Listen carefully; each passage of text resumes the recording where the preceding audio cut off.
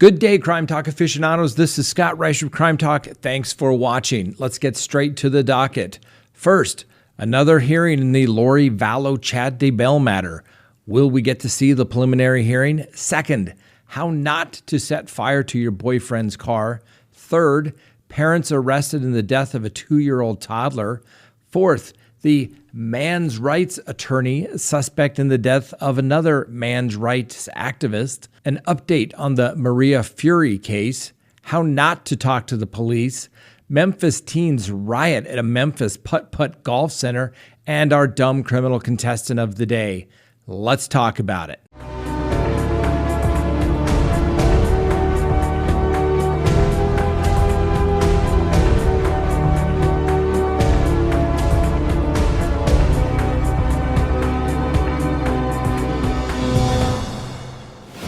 Good day, Crime Talk aficionados. This is Scott Reisch of Crime Talk. Thanks for watching. As always, we'd ask that you please subscribe, hit that bell, hit that little like button, and leave us a comment below about what we discussed today. First on the docket, Lori Vallow-Daybell. As you may recall, we have preliminary hearings coming up in these particular cases. Daybell on August 3rd and Lori Vallow on August 10th. These are in regards to the charges for the destruction, tampering, and hindrance and delaying the discovery of evidence, all right, where each of them faces up to 5 years. They are entitled to this preliminary hearing because they're both in custody. As you may recall, we talked about last week, the district attorney in this case filed a motion asking the court to reconsider their order allowing cameras in the courtroom for the preliminary hearing. The reasons cited by the district attorney, Mr. Woods, were that he wants to assure a fair trial. Neither Mr. Daybell's attorney nor Lori Vallow's attorneys filed a response to the district attorney's motion to reconsider. However, in this particular case, there was what they refer to as an intervener. All right, if somebody has a real strong interest in a particular case, they can file a motion to intervene. The court does not have to grant their motion. In this particular case, an attorney by the name of Stephen Wright, who represents NBC as well as a plethora of other news outlets, filed a motion to intervene on their behalf, saying, no, Judge, you have to let us live stream this video of the preliminary hearing in both cases, because you're not allowing us to sit in the courtroom as we speak because of the COVID-19 virus, and therefore you have to let us live stream this. It was an interesting little hearing that was held today via Zoom.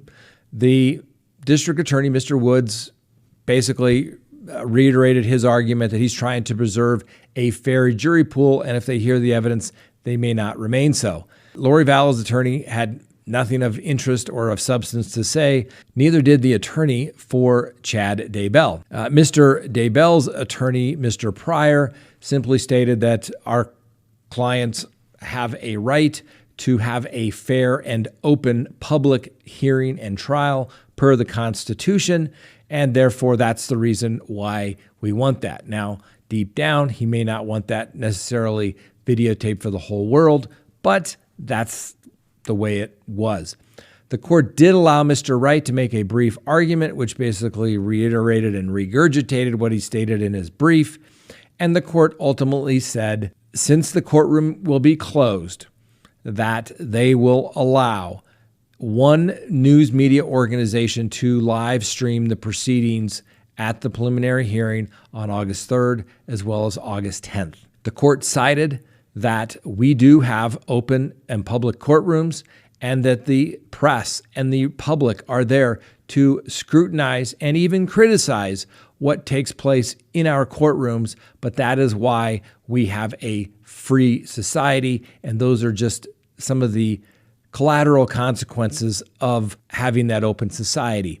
You may not like it, but we have to have it.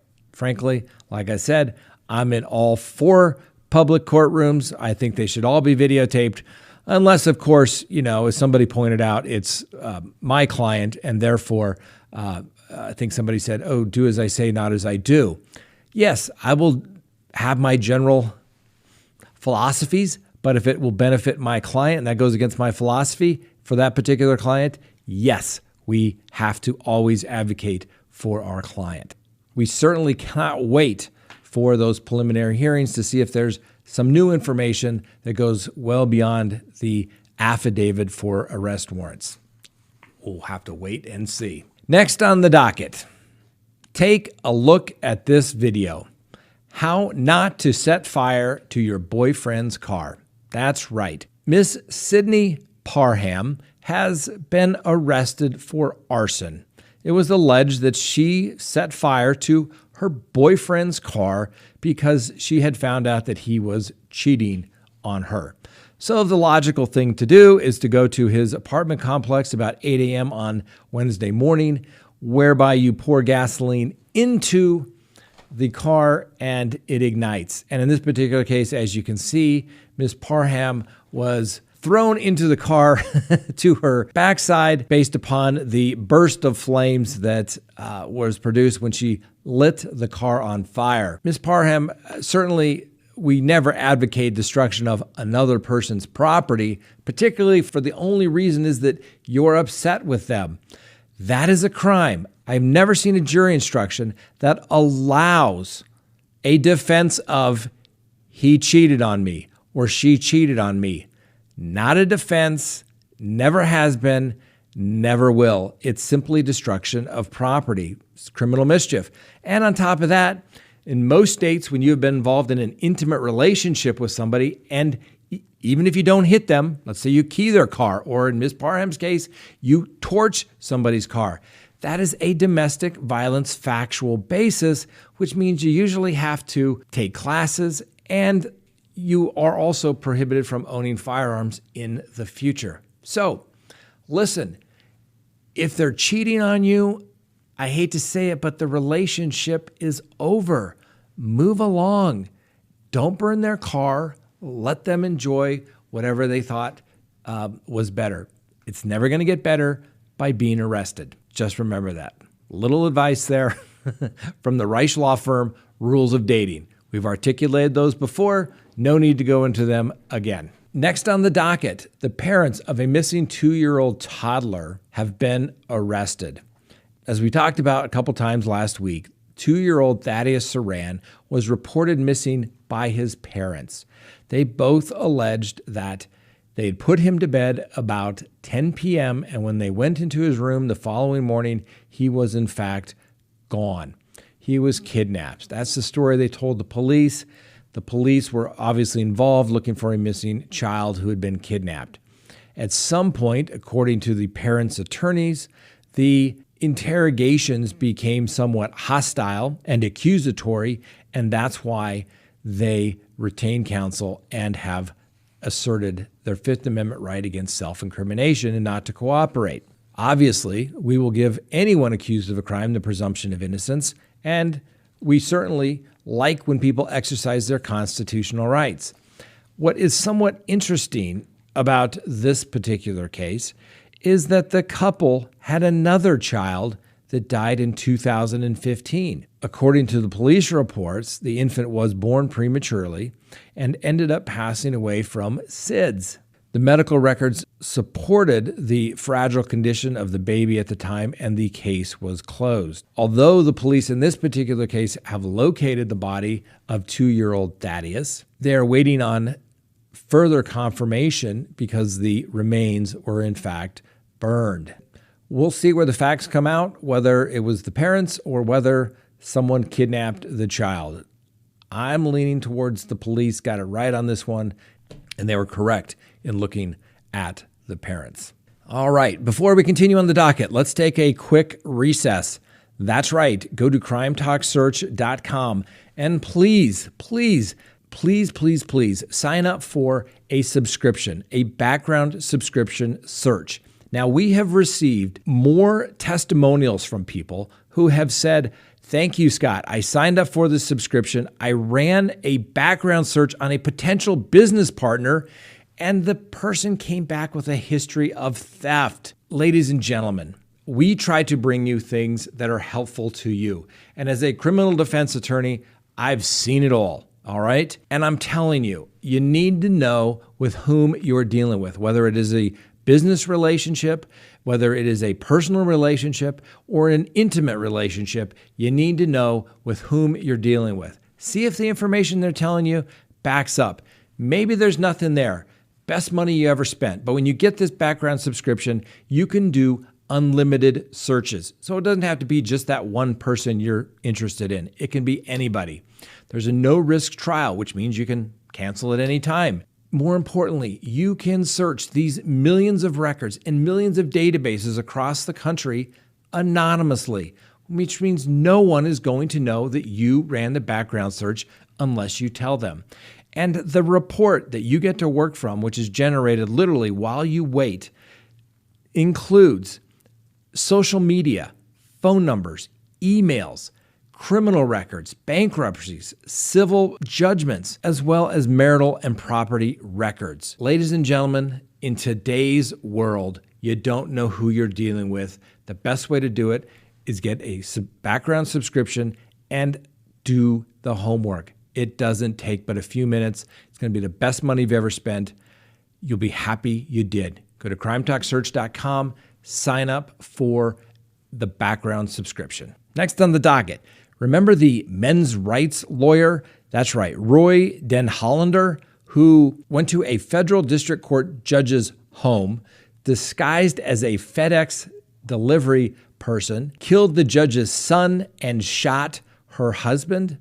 Well, now authorities are saying that Roy Denhollander, who is 72, is also the suspect of a murder in California of a Mark Angelucci, who was also a men's rights activist.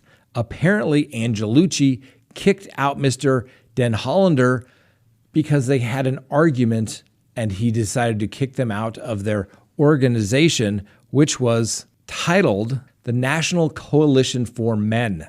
Now, Mr. Denhollander ultimately committed suicide, but he had several judges on his list of people that he was not happy with, as well as some attorneys and a few oncologists, presumably the doctors that had treated him. Needless to say, when one commits suicide like that, it is the ultimate admission and consciousness of guilt that what they did was absolutely wrong. It's also somewhat cowardly that they don't want to stand up and face the music, so to speak, and nobody gets justice because there's no one to take to court. Next on the docket, speaking of cowardly people, remember the Maria Fury case? Maria Fury went missing, and the prime suspect turned out to be her husband, Joshua Fury. First, he claimed that he found her dead in a crawl space in the home, and then it must have been an ex-boyfriend that had committed the crime. Fury ultimately admitted that he broke his wife's neck during a heated argument, basically choking her until he heard her neck snap. He then wrapped her in a plastic bag, taped her shut, and put her in a small crawl space. He originally claimed that she was missing, going as far as putting out missing person flyers.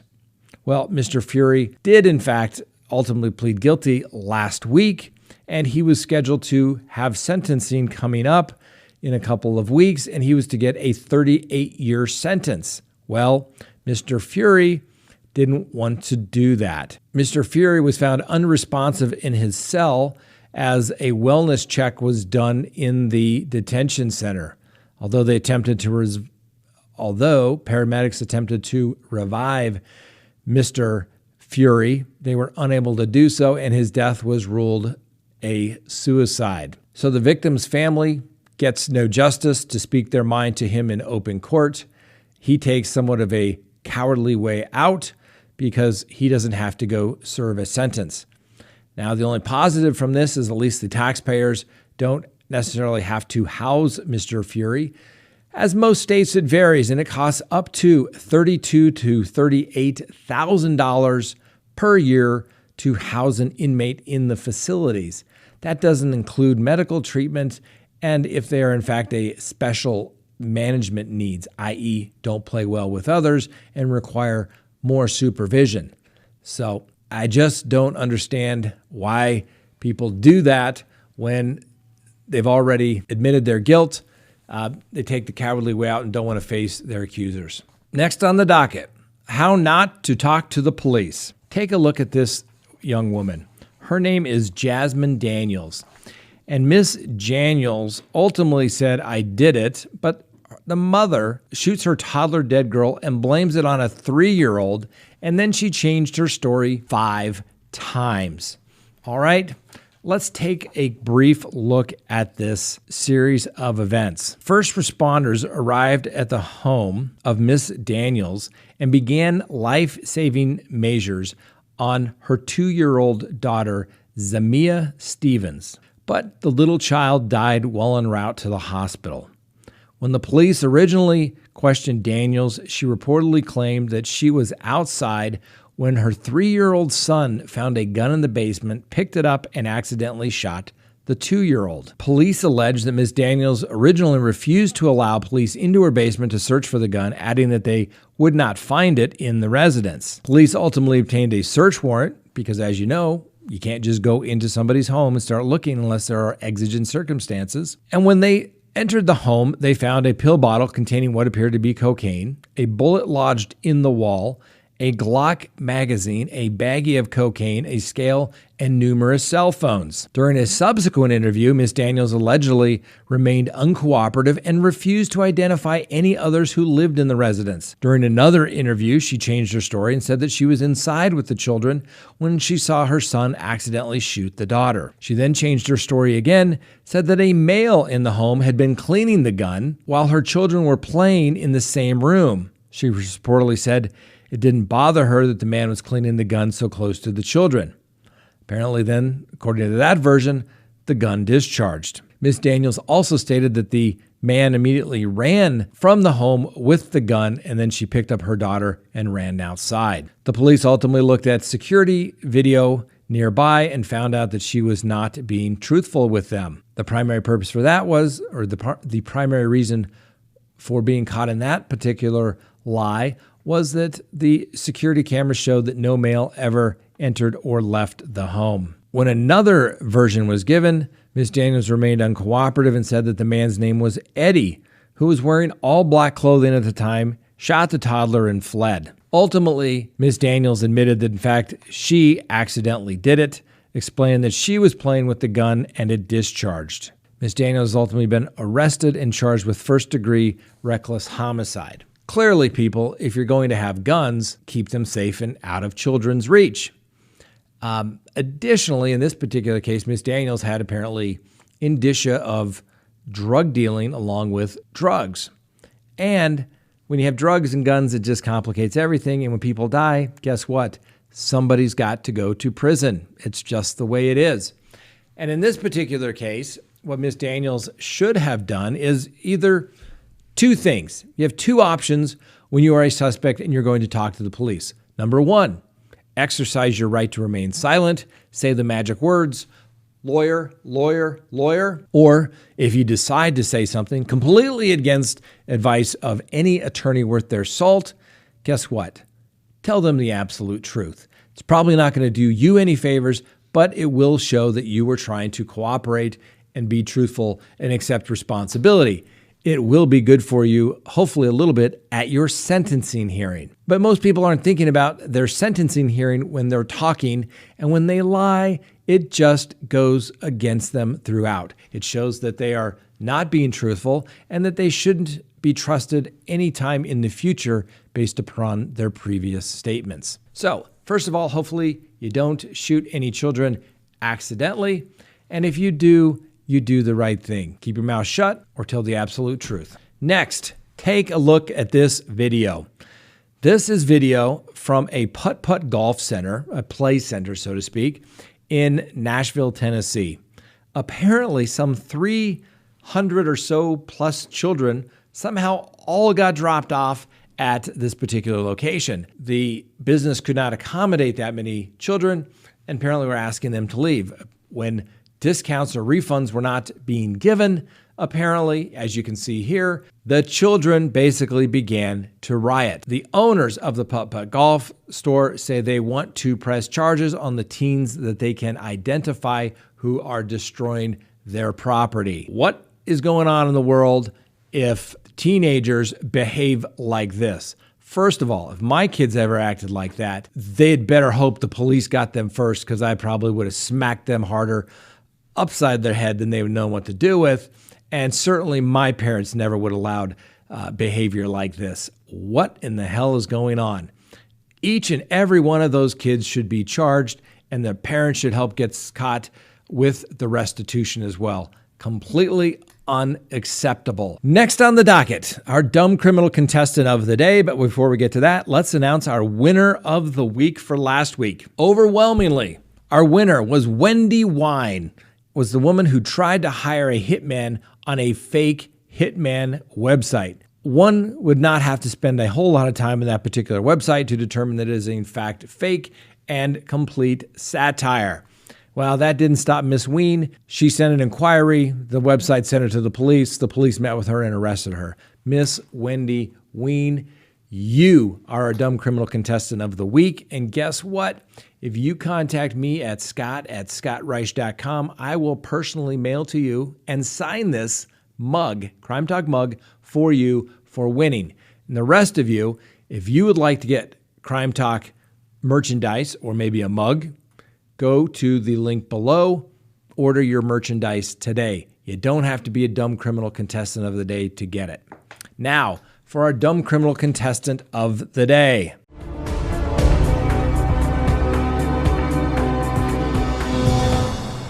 Now, for a dumb criminal contestant of the day, meet Dakota DeRenzo. She's 22. And, you know, lots of dumb criminal contestants have been involved in alcohol, drugs, sex, the three things that keep the criminal justice system going. That's right. Well, Miss DeRenzo wanted to have some of her dad's medical marijuana. He was having none of it. So what's the right thing to do? That's right. Miss DeRenzo got into a fight with her father, Luigi. Luigi's girlfriend told the police that Dakota attacked Luigi by pulling him down to the ground and attempting to grab his genitals. The 4'11" Dakota, who suffered scratch marks on her back during the incident, was arrested for misdemeanor battery. Miss DeRenzo is a college student outside of New York City. You would think that Miss DeRenzo would have just gone and got her own. Apparently, to her Twitter page, she has a large marijuana bud and a quote saying, "I don't smoke to party or just get high. I smoke because of the way I look at life when I'm high." That's right. Miss DeRenzo, you are our dumb criminal contestant of the week. Not sure why you had to attack your dad for his medical marijuana when it sounds like you've got your own hookup. Thanks for watching. Have a great day. We'll see you tomorrow on Crime Talk.